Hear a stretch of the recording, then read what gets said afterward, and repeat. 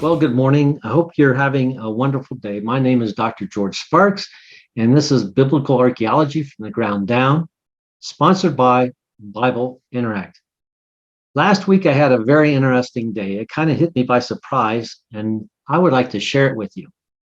Now, my day started off pretty much like anybody else's day, where you wake up and probably take a shower and get dressed and get some coffee and then on you go to work. But I had a meeting with the CEO of the Lamb Foundation.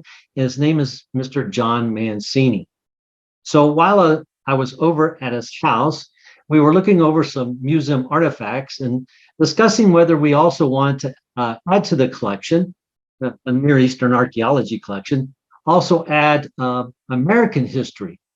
So for the majority of people, of course, this would be quite odd and unusual, but for us, it's kind of a normal day.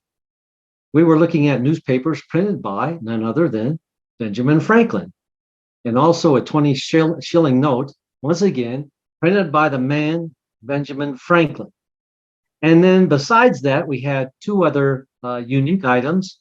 One was a copper coin, and the other was paper currency. Now, these were not printed by Ben Franklin, but these two were actually designed, or Franklin helped participate in the design. Now, on the verse of a copper coin that I'm going to show you, you would see the sun, and also below that, the sundial. To the right, the year 1787. And at the very bottom, the statement, mind your business. And to the center left, the word in Latin, fugio, F-U-G-I-O, which basically means in Latin, time flies. So the coin is making a statement to be diligent about what you're doing. You know, we can learn something from that today. So that in itself is a pretty cool way to start your day, don't you think? Handling currencies in a newspaper printed by the man Benjamin Franklin, like he would just walk into his print shop and there you are with the man. Pretty cool. However, Mr. Mancini told me he had a box that just came in, and if I had time, he was going to open it. Of course, my curiosity got to the best of me, and I said, "Yeah, sure, I'll wait. Let's do this." So he brings in an unopened box.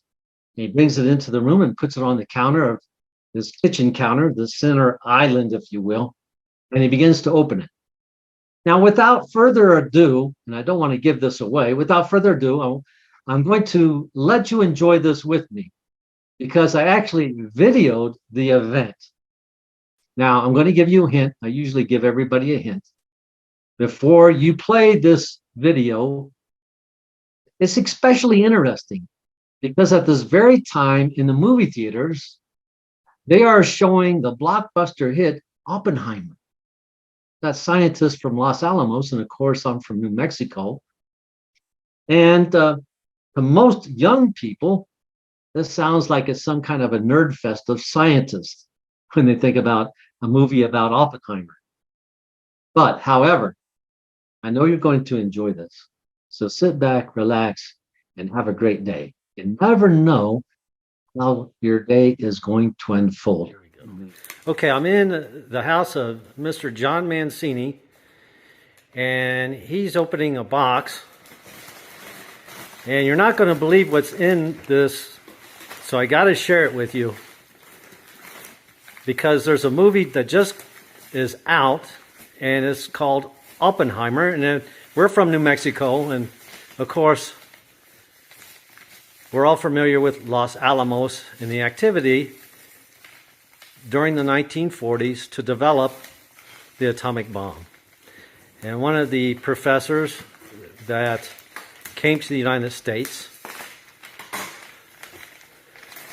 to assist in the endeavor of making the bomb that ended World War II was, of course, Oppenheimer. He was a part of the Manhattan Project.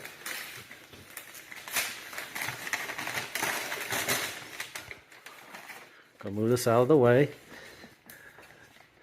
Now, John Mancini, can I just call you John? Right. Okay, John, explain to us what we're seeing here. Well, what we're seeing is Robert Oppenheimer had to go before the United States Atomic Energy Commission to defend himself. And these are basically the transcripts of those hearings, of which he no longer received, or he was rejected. His security clearance was rejected by the federal government. So that the gentleman that was helping us to end World War II, his security clearance at first was rejected by the government. And No, this afterward. We're talking afterwards. Oh, afterwards. Okay. This is amazing stuff. 1954. Woo. This is amazing stuff. So- afterwards, it was rejected. Yeah. After he did this. So this That's is the complete crazy. interview, questions and answers, his complete testimony, everything. So this is actually a big part of American's history.